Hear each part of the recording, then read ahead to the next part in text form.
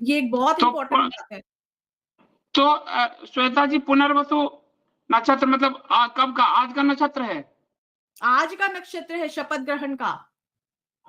ओ, आज का है, देखिए ये और शायद नरेंद्र मोदी जी, मुझे याद है किसी ने ज्योतिष के साथ लिखा था कि मोदी जी ने नामांकन भी शायद पुनर्वसु में दाखिल किया था, शायद किसी ने लिखा था, मुझे ध्यान नहीं। बहुत बढ़िया, उसी का ये नतीजा है। एक तो देखिए मैंने तारा भी बताया था, नैधन्य तारा पड़ रहा है एनडीए के लिए, क्योंकि एनडीए का जो उस समय चंद्र था वो मूल नक्षत्र में था। मूल नक्षत्र से पुनर्वसु नैधन्य तारा है, निधन का।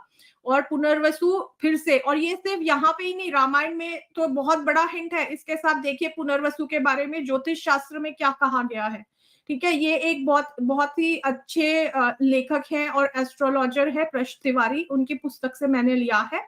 All credits to him. Punarvasu nakshatra, one strange quality of Punarvasu is that everything happens in two goes. हर चीज एक विचित्र गुण होता है पुनर्वसु नक्षत्र का, और वो ये है कि हर चीज 2 बार में होती है। For natives under a strong influence, they almost always tend to fail or not get far in their first attempt at any pursuit, ठीक है। हाँ, पहली बार में, और मैंने जातकों के जीवन में भी ये देखा है, बहुत उतार चढ़ाव होते हैं, पहले गो में नहीं होता उनका कोई कार्य। और पुनर्वसु में अगर उन्होंने अपना नामांकन दाखिल किया था तो ये काशी में हारते हारते बचे हैं, बहुत कम, मतलब एक प्राइम मिनिस्टर के लिए सबसे कम मार्जिन माना जाता है। तो दूसरा चोगा पहन के आगे, और चुनाव आयोग की कृपा होगी, वरना इनको तो 200 से भी कम सीटें आ रही थी। दूसरा चोगा पहन लिया, नहीं तो ये तो गए ही थे, ठीक है। अब ये तो आगे की सरकार का हम देख रहे हैं। the funny part is that they almost always succeed in their second time, ठीक है। अब यहाँ पे सेकेंड टाइम का तो किसने देखा। This relates to opposing natures of 2 stars, Castor and Pollux. तो इसके जो पुनर्वसु नक्षत्र के जो 2 मेन स्टार हैं, अभी मुझे इसका संस्कृत का नाम देखने का टाइम नहीं मिला, पर अंग्रेजी में इन्हें कैस्टर और पोलक्स बोलते हैं, जो 2 ट्विंस के जैसे होते हैं आकाश में, which make up the constellation of Punarvasu. यहाँ दिख भी रहा है, ये 2 बालक के जैसे दिख रहे हैं। These stars are regarded as twin brothers, ये जुड़वा भाई के जैसे देखे जा सकते हैं। One of whom is Castor, एक का नाम कैस्टर है, दूसरे का पोलक्स है। कैस्टर जो है वो नॉटी और क्रूअल है, ठीक है। कैस्टर इनमें से जो इसको मान लेते हैं, ये बहुत शैतान है और निर्दयी है, क्रूअल है। And the other Pollux is generous and wise. तो पोलक्स जो है वो उसका बिल्कुल उल्टा है, वो काफी दयालु है और बहुत बुद्धिमान है। Punarvasu natives tend to encounter first one in their first try and later one in their second try. तो पुनर्वसु के जो जातक होते हैं या जो कार्य इसमें किया जाता है, पहले ट्राई में ये जो शैतान वाला है उसके गुण होते हैं, मतलब ये नहीं करने देता, सेल्फिश है, ये उदंडी है, बालक है। और सेकेंड ट्राई में जब वो ट्राई करते हैं तो जो पोलक्स भाई है, जो बुद्धिमान है, उसके गुण मिलते हैं, इसलिए 2 ट्राई कम से कम लगते हैं। It is Castor which creates all types of losses for Punarvasu nakshatra, while Pollux brings back all that is lost. तो जो Castor है, एक भाई सब चीज को खो देता है, नुकसान कर लेता है, और जो दूसरा भाई है अच्छा वाला, वो सब चीज वापस ले आता है। तो इसीलिए इसका नाम है गुड अगेन। तो ये जो है, ये नक्षत्र के बारे के गुण है, ये ज्योतिष कहता है पुनर्वसु के बारे में, ठीक है। तो ये तो दिख रहा है कि ये सरकार इस ट्राई में तो नहीं सफल होने वाली, ये भी एक बहुत बड़ा हिंट है। इसके साथ ही एक और इंटरेस्टिंग बात बताती हूँ आपको। ये जो है, ये इंडिया अलायंस की कुंडली है, ठीक है। मुझे इंडिया अलायंस के बारे में शुरू में डाउट भी था, और इसलिए मैंने हिंट दी थी पिछले बार कि इंडिया अलायंस का हमें देश काल पात्र देखना चाहिए, कि उनमें अभी क्षमता ज्यादा है नहीं, पर फिर भी वो बहुत जोर मारेंगे, बहुत अच्छे से आएंगे, ठीक है। वो उसका रीजन ये था कि इनका सूर्य पुनर्वसु में है, ठीक है।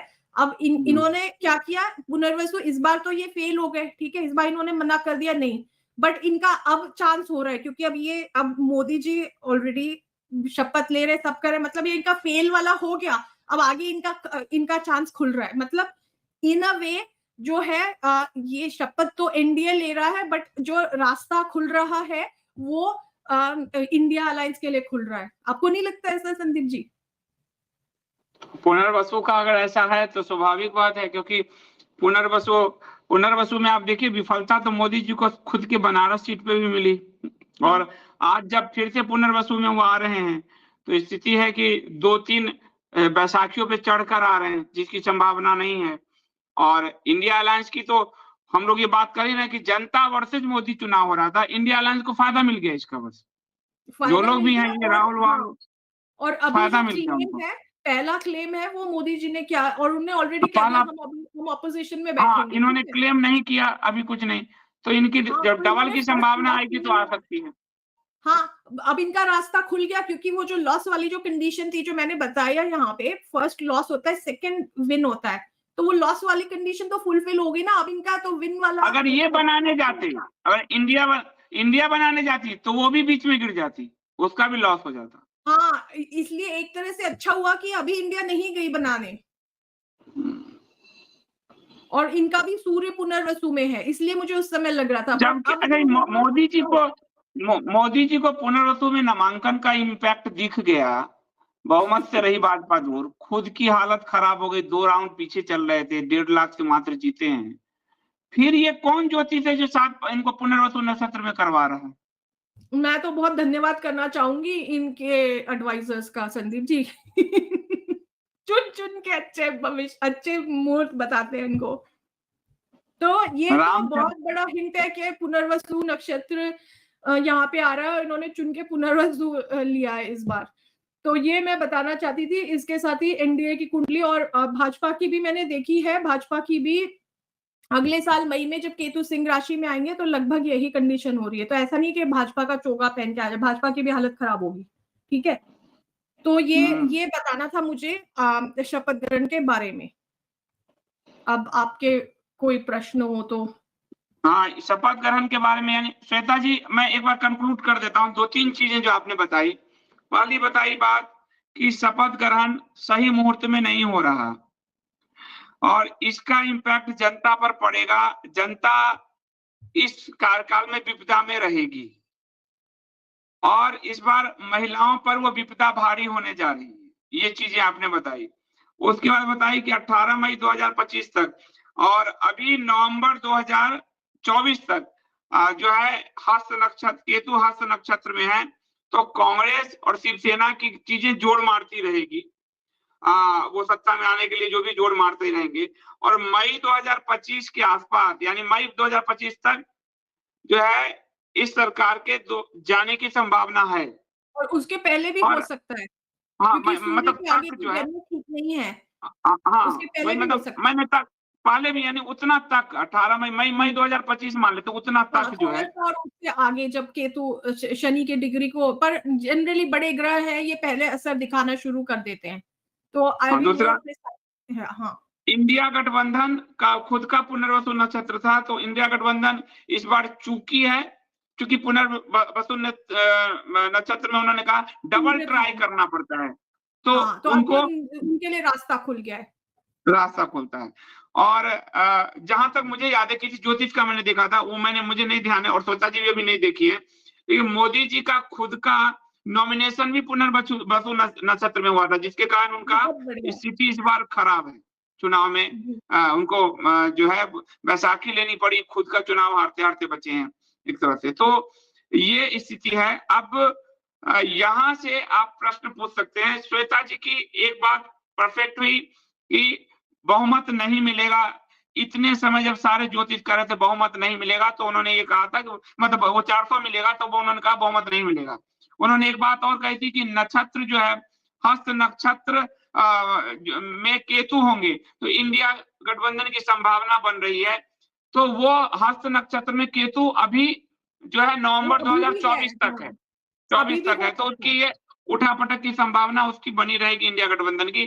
तो उनकी बात अभी तक 1.5 बात सही है, वो आधा बात नवंबर तक हम देखेंगे, उसको वहां छोड़ेंगे। में हो गया, ब्रेकडाउन हो गया, इसलिए मैं पॉलिटिकल प्रेडिक्शंस अब आगे नहीं करना चाहती। नहीं, अच्छा, ये आपने तो बड़े से सही किया, बड़े तो 400 पार इस बार दिला रहे।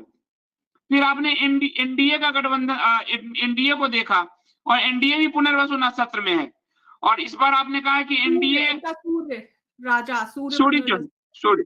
सूर्य पुनर्वसु में है, तो वो और एनडीए का इस बार बहुत सारा डिस्ट्रक्शंस इन्होंने दिखाए हैं कि एनडीए इस बार शायद जाए तो मतलब एनडीए में टूट की संभावना है, ये जो आपने बताया है एनडीए में। हाँ, ये दिख रहा है। हाँ, टूट की संभावना है। तो ये ओवरऑल आज का जो श्वेता पुरोहित जी ने जो बात की है, उससे ओवरऑल मैंने आपको आम भाषा में समराइज किया है। और आप चाहें तो प्रश्न पूछ सकते हैं। धन्यवाद।